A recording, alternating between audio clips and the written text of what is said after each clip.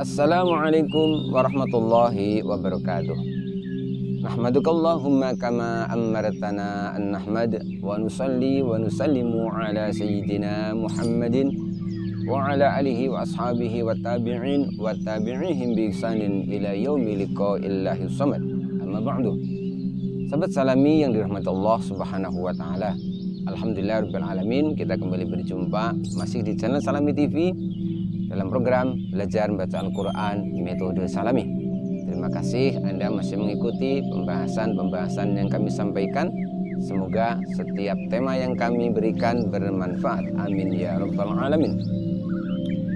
Sahabat Salami yang dirahmati Allah Subhanahu wa taala, pada kesempatan kali ini kita akan membahas tentang beberapa di antara cara membaca Al-Quran yang dilarang, sebagaimana ini yang dijelaskan oleh Syekh Muhammad Al-Mahmud dalam kitab Hidayatul Mustafid. Di antara hal-hal yang dilarang ketika kita sedang membaca Al-Quran, yang pertama adalah yang disebut dengan istilah tahsin. Syekh Muhammad Al-Mahmud menjelaskan, at-tahzinu huwa ayatrukal qari'u tiba'atahu fit tilawah ka'annahu hazinu. Tahsin adalah seorang pembaca Al-Quran, dia meninggalkan kebiasaannya ketika sedang baca Al-Quran. Ka'annahu hazinun, yang dimaksud meninggalkan kebiasaannya bahwa dia membaca seperti orang yang sedang bersedih. Yakadu ayyabkiya min khusu'in, bahkan saking sedihnya dia seakan-akan dia hampir menangis. Min khusyu'in, karena khusyuknya. Jadi khusyuk hingga hampir menangis, namun ini dibuat-buat. Wa innama nuhya anhu lima fihi minar riya. Dilarangnya membaca Al-Quran dengan irama seperti orang merasakan kesedihan yang amat mendalam, ini karena di dalamnya terdapat unsur riya. Kemudian yang selanjutnya, yang kedua, yang juga dilarang ketika kita sedang baca Al-Quran, yaitu yang disebut dengan istilah tar'id. Tar'id adalah an-nasakhsa yur'idu sautahu bil Quran ka'annahu yar'adu min syiddati barodin wa alamin asabahu.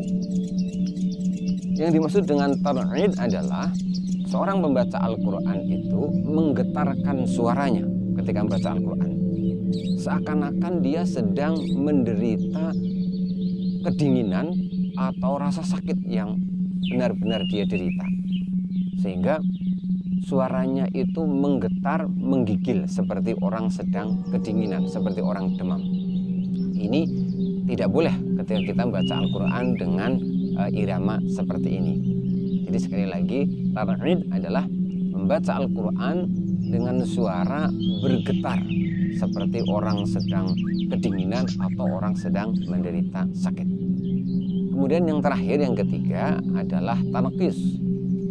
Tarkis adalah ayyaru masakta ala sakin summa yanfiru anhu ma'al harakati fi'adwin wa harwalatin.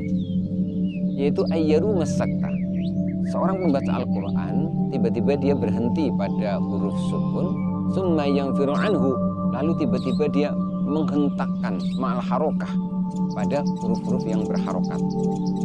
Jadi intinya bahwa tarkis itu orang membaca Al-Quran itu suaranya, iramanya itu berubah-ubah, seperti orang yang sedang menari yang mengikuti irama tarian.